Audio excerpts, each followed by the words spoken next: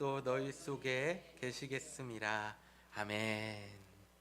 오늘 주일 예배에 나오신 성도님들을 주님의 이름으로 환영하고 또 축복합니다. 우리 앞뒤 또 좌우에 있는 분과 함께 이렇게 인사할까요? 잘 나오셨습니다. 네, 잘 나오셨습니다. 네.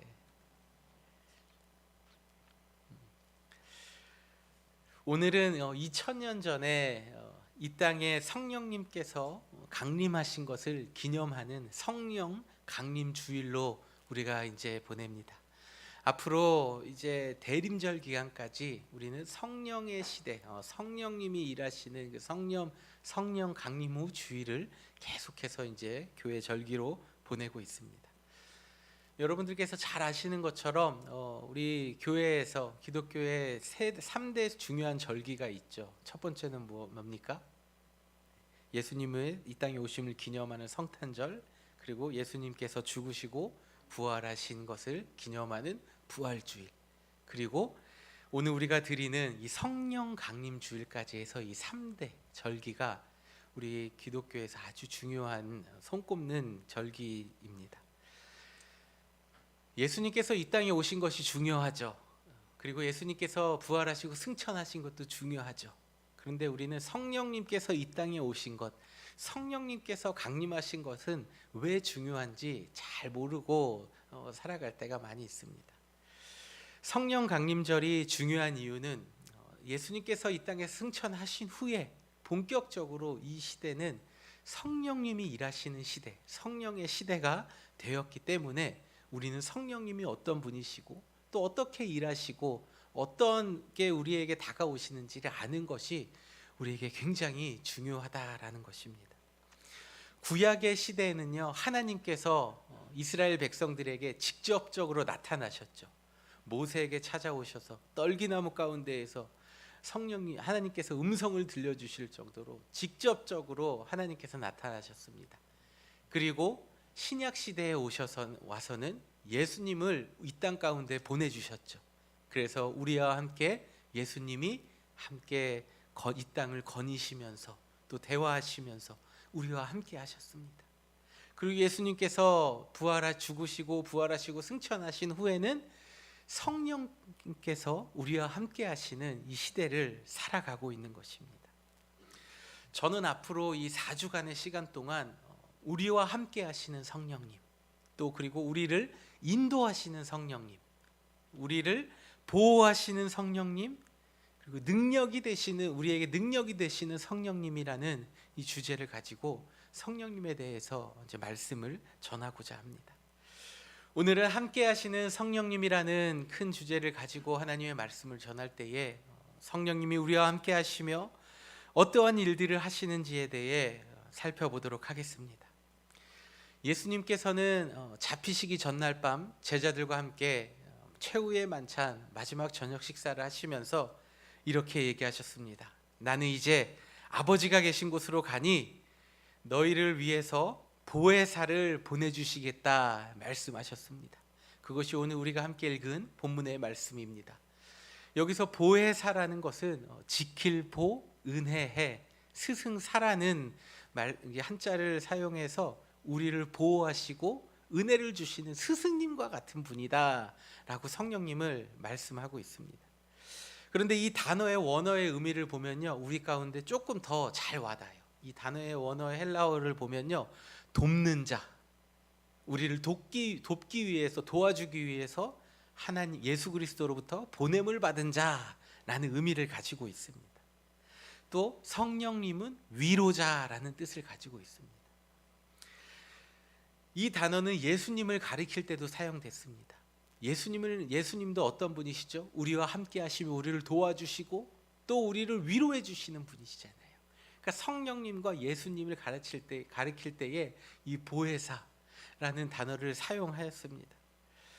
그래서 예수님께서는 오늘 우리가 읽은 본문에 너희에게 보혜사를 보내주겠다 하고 하신 게 아니라 다른 보혜사, 그러니까 다른 보혜사를 보내주겠다라고 말씀을 하신 것입니다. 보혜사 대신 성령님께서는 예수님께서 부활 승천하신 후 예수님을 믿는 따르는 성도들의 곁에 함께 하시며 돕는 자, 위로자, 상담자로 우리와 함께 하시는 분이십니다. 오늘 본문에서 성령님을 우리에게 보내주시는 것은 우리와 영원토록 함께 하시기 위해서, 우리 안에 있으시면서 우리를 돕는 분, 위로하시는 분으로 함께 하게 하기 위함이라고 성경은 말씀하고 있습니다. 그렇다면 영원토록 우리와 함께 하시는, 우리 마음에 함께 하시는 성령님은 과연 어떠한 일을 하시는 분이실까요? 오늘 말씀을 통해서 두 가지를 함께 나누어 보도록 하겠습니다. 첫 번째는 성령님은 예수님을 드러나게 하시는 분이십니다. 이 세상의 사람들은 모두 다 목적을 가지고 살아갑니다. 비즈니스 하시는 분들의 목적은 무엇입니까? 장사가 잘 돼서 돈을 많이 버는 게 목적이죠. 그리고 뭔가 물건을 판매하는 세일즈 하시는 분들의 목적은 무엇입니까? 어떻게 하면 물건을 하나 더 잘 팔 수 있을까? 이게 목적이 되겠죠. 저마다 우리는 다른 목적을 살아가고 이 세상을 살아가고 있습니다. 그런데 우리는 이 목적을 알지 못해요. 누군가가 우리에게 다가올 때에 우리는 저 사람이 나에게 어떻게 다가오는지 그 의도와 목적을 알 수가 없습니다. 처음에 우리에게 세일즈를 하시는 분들이 우리에게 다가올 때에 굉장히 젠틀하고 나이스하게 다가오죠. 그리고 우리에게 관계를 잘 맺습니다. 그러나 마지막에는 뭐예요? 이거를 좀 어떻게 판매를 하고 사기를 바라는 마음, 그게 목적이었던 거죠. 우리에게 다가오는. 이 세상의 모든 사람들은요, 저마다 사람을 상대할 때에, 사람을 만날 때에 어떤 목적을 가지고 살아갑니다. 그러나 여러분 오해하지 마세요. 우리 공동체 안에서는 목적은 무엇입니까? 우리가 어떻게 하면 하나님을 잘 섬길지, 어떻게 하면 하나님께서 우리에게 주신 은혜를 나누고 또 하나님을 찬양할지, 이게 우리의 목적인 거예요. 그러나 예수님을 믿지 않고 교회에 다니지 않고 하는 사람들은요, 그런 목적이 아니라 뭔가 다른 목적이 있는 거예요. 그것을 성경에서는 양의 탈을 쓴 늑대라, 이것들을 경계하라, 조심하라 라고 우리에게 말씀하고 있지 않습니까? 창세기 3장에서 사탄이 마귀가 하와를 유혹한 것도 여러분 얼마나 그럴듯하게 합니까? 하와에게 가서 너 이거 왜 안 먹어? 이렇게 얘기합니다. 의심을 주잖아요. 그래서 하와가 하나님 먹지 말라 그랬는데, 하나님 말씀을 지키며 살아가려고 했는데 사탄이 아니야, 너 이거 먹으면 하나님처럼 돼, 눈이 밝아져, 이렇게 그럴듯하게 유혹하잖아요. 그 말을 들은 하와가 하나님의 명령을 어기고 선악과를 먹게 되는 거잖아요. 결국 이 뻔하지만 이 달콤한 유혹 앞에 인간은 무너질 수밖에 없는 존재라는 거예요. 여러분, 살면서 나는 절대로 사기 안 당해, 살면서 나는 절대로 그런 일을 당하지 않아, 이렇게 생각하고 자부하지만 여러분, 거기에 그 말에 책임질 수 있는 사람 아무도 없습니다. 어떻게 우리가 어떠한 일을 당할지 몰라요. 눈물 젖은 빵을 먹어보지 않은 사람은 인생을 논할 자격이 없다라는 말 들어보셨죠? 이 말은 이제 독일의 문학가인 괴테라는 사람이 한 말로 유명한 말인데, 이 괴테라는 사람이 그의 책 파우스트라는 책에서 이렇게 이야기를 했어요. 노력하는 한 인생은 방황하기 마련이다. 우리의 인생이 뭐라고요? 방황하는 인생이라고 이 사람은 얘기했어요. 근데 성경에도요, 마태복음 9장에서 예수님께서 사람들을 보시고 목자 없이 이리저리 방황하는 양떼와 같다라고 말씀하셨습니다. 하나님께서는 어디로 가야 할지, 누구를 따라가야 할지 목자 없이 방황하는 양 같은 우리에게 우리의 목자 되신 예수님을 보내주셨습니다. 그러므로 우리는 목자 되신 예수님을 따라가야 되는 존재인 것입니다. 우리가 목자 되신 예수님을 따라갈 때 우리의 삶이 비로소 행복한데, 예수님을 따라가지 않고 세상의 풍토와 세상의 문화를 따라가다 보면요, 그 결국의 끝은 무엇입니까? 여러분, 돈은 많이 벌 수 있겠죠. 하지만 돈은 많이 번다고 해서 그의 영혼이 구원을 얻을 수 있습니까? 돈을 많이 벌기 위해서 그가 힘들게 살아가야 하는 그 지옥과도 같은 삶을 견디고 인내하는 순간, 그 모든 순간순간 걸음걸음들이 과연 평안과 행복이 있을까요?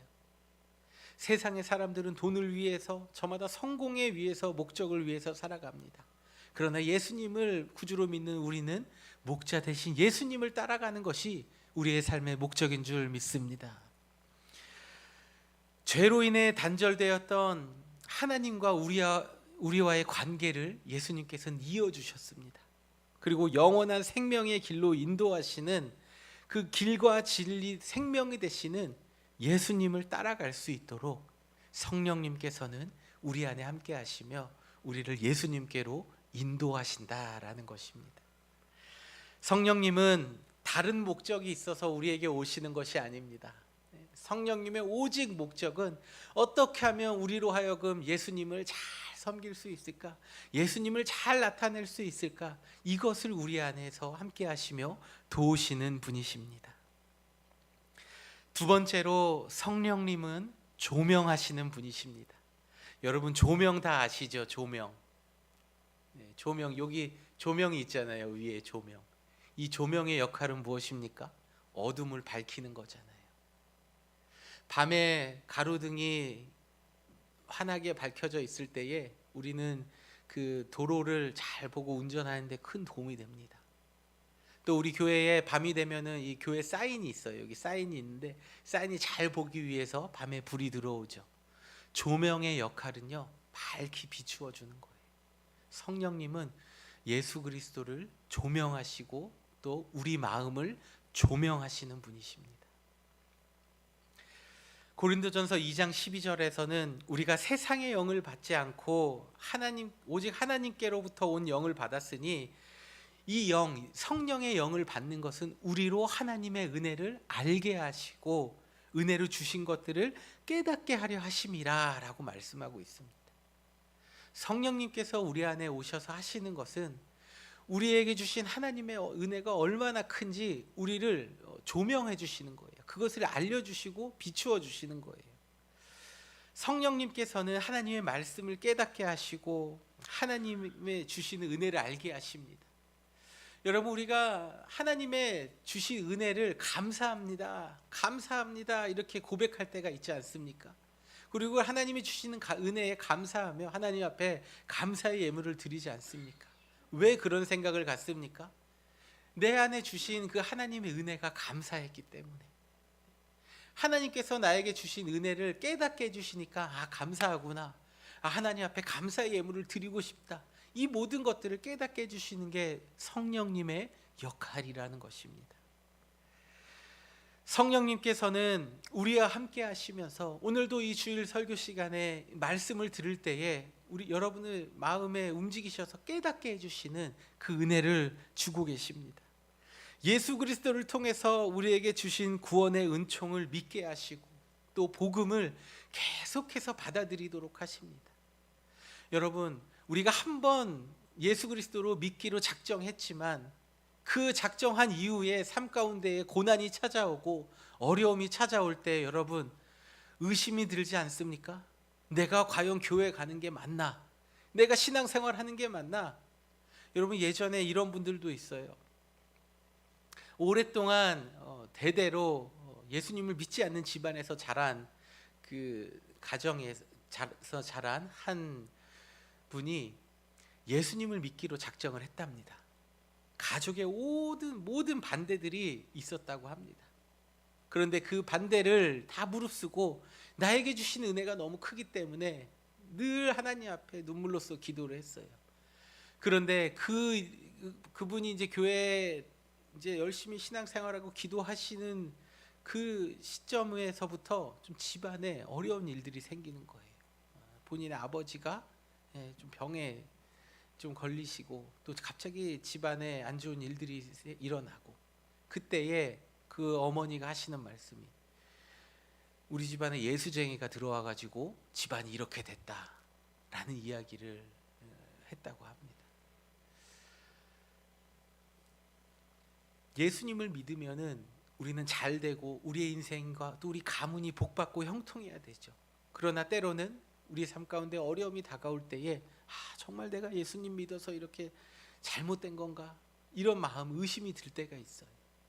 그때에 성령께서 우리의 마음에 함께 하시면서 그것이 아니고 이 길이 정말 복된 길이라는 것을 우리에게 알려주시고 우리를 또 격려해 주시고 위로해 주시면서 우리가 계속 그 구원의 길에 계속 나아갈 수 있도록 우리를 도와주신다라는 것입니다. 또한 성령님께서는 우리의 마음을 조명하십니다. 여러분, 사람의 마음을 볼 수가 있습니까? 없습니까? 10길 물속은 알아도 한 길 사람 속은 모르죠. 정말 가까운 부부 사이에서도요, 마음을 모를 때가 있어요. 제가 많이 예화를 했죠. 제 아내한테 얘기할 때 아이고 목말라 이러면은 저는 마음에 뭐예요? 물 좀 갖다 주세요, 이걸 얘기하는 건데, 목말라 하는데 제 아내는 목말라 so what 이런 사람이에요. 목말라 하면 물이라도 좀 갖다 줄까 물어봐 주든가. 이 마음을 몰라주, 남편의 마음을 몰라주는. 그래도 제가 바꿨잖아요. 여보 물 좀 주세요. 10길 물속은 알아도 한 길 사람 속은 몰라요. 가장 가깝게 지내는 배우자의 관계에서도요, 모를 때가 많아요. 그래서 구체적으로 이렇게 얘기를 해줘야지 알지 않습니까? 성령님께서는요, 우리의 그 마음, 아무도 모르는 마음, 누구에게 말하지 않으면 아무도 알 수 없는 나의 그 마음을 성령님께서 다 조명해 주시고 비춰주세요. 요한복음 16장 18절에 그가 와서 죄에 대하여 의에 대하여 심판에 대하여 세상을 책망하시리라 하신 말씀하신 대로 성령님께서는요, 우리가 얼마나 죄인된 사람인지 우리를 깨닫게 해주시고 우리의 죄악된 모습을 비추어 주십니다. 우리는 은혜 아니면 살아갈 수 없는 존재들입니다. 우리가 성령 충만이라는 말을 사용할 때에 성령이 충만하다라는 것은 무엇입니까?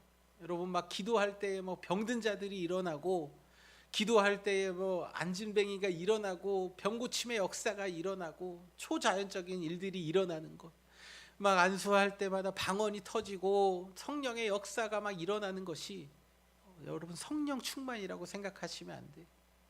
성령이 충만하다라는 것은 내 안에 성령님이 내가 얼마나 죄인인 모습이라는 것, 죄인된 자인 것을 우리를 비춰주시고 우리를 보여주시고, 내가 하나님의 은혜가 아니면 살아갈 수 없는 자구나라는 것을 깨닫게 해주시는 것이 바로 성령 충만인 것이에요. 우리는 성령 충만이라고 하면 성령의 그 외적인 역사, 성령의 그 일하시는 역사에 집중할 때가 많은데, 우리가 맨날 성령 충만이라고 기도하잖아요. 매일 새벽마다 여러분 저를 위해서 기도해 주시잖아요. 우리 목사님 성령 충만하게 해주세요.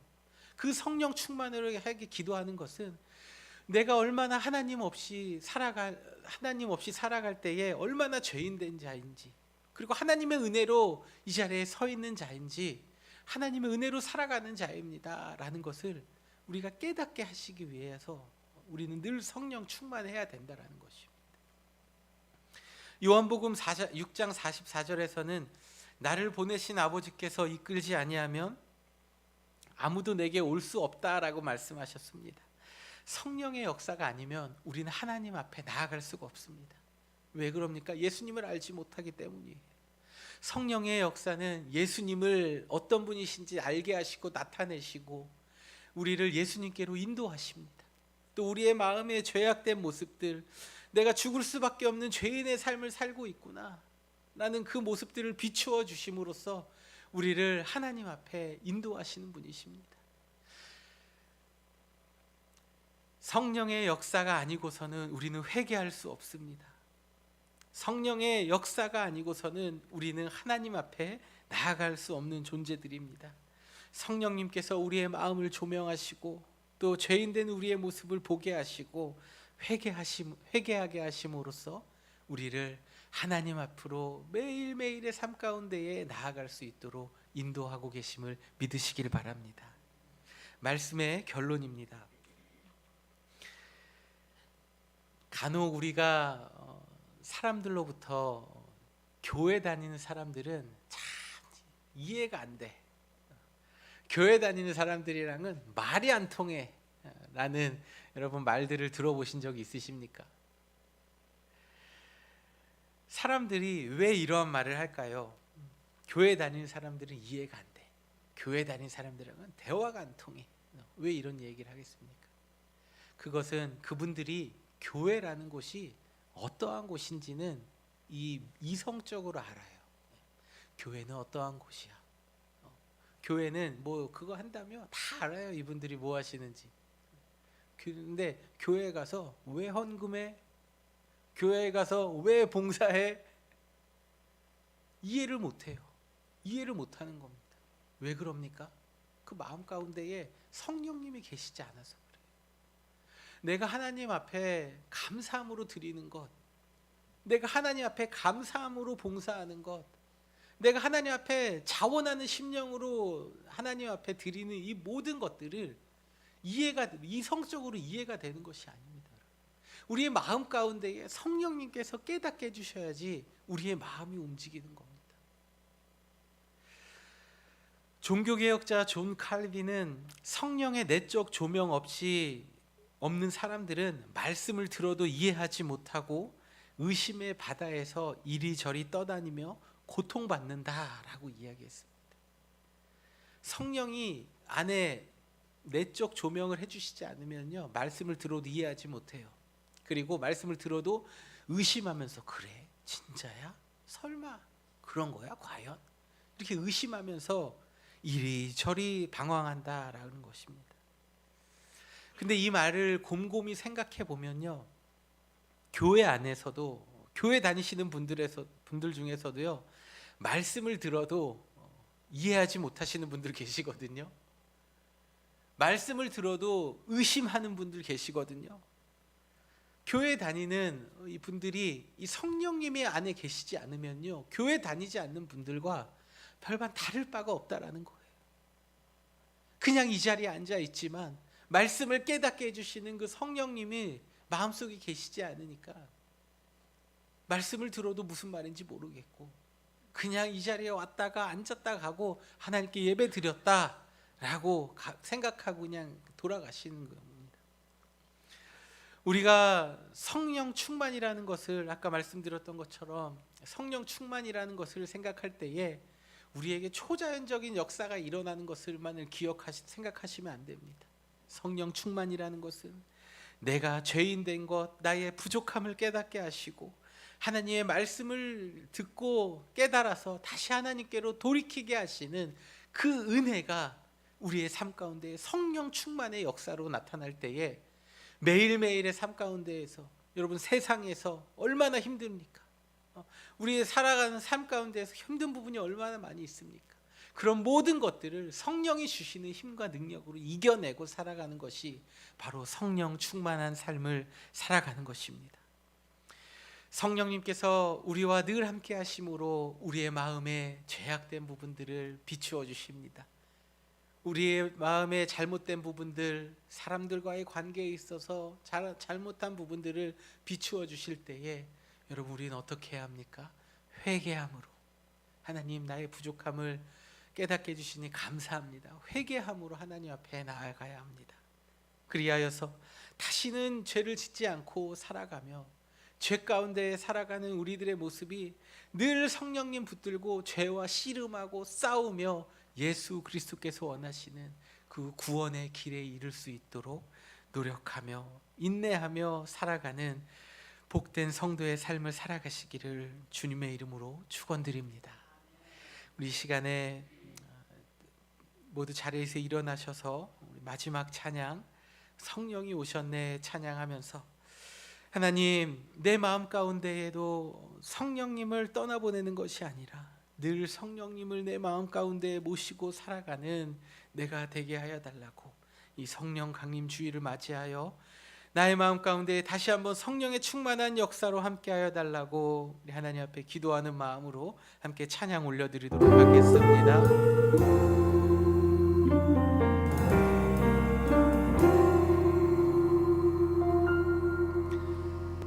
허무한 시절 지날 때, 깊은 한숨 내쉴 때, 그런 풍경 보시며 단식하는 분 있네. 고와 같이 너희를 버려두지 않으 내가 너희와 영원히 함께하리라. 성령이 오셨네, 성령이 오셨네, 내 주에 보내신 성령이 오셨네. 우리 인생 가운데 진히 찾아오셔서 그 나라 꿈꾸게 하시네. 네, 억눌린 자 갇힌 자 자유함이 없는 자 피난처가 되시는 성령님 계시네. 아멘. 주의 영이 계신 곳에 참 자유가 있다네. 진리의 영이신 성령이 오셨네. 아멘. 성령이 오셨네, 성령이 오셨네, 내 주에 보내신 성령이 오셨네. 우리 인생 가운데 친히 찾아오셔서 그 나라 꿈꾸게 하시네. 우리 한 번 더 찬양합니다. 성령이 오셨네, 성령이 오셨네, 성령이 오셨네, 내 주에 보내신 성령이 오셨네.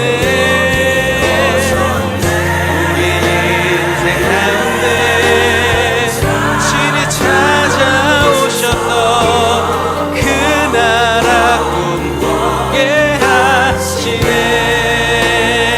그 나라 꿈꾸게, 그 나라 꿈꾸게 하시네.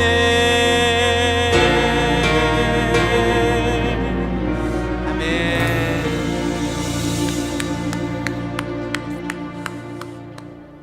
이제는 우리 주 예수 그리스도의 은혜와 하나님 아버지의 측량할 수 없는 사랑이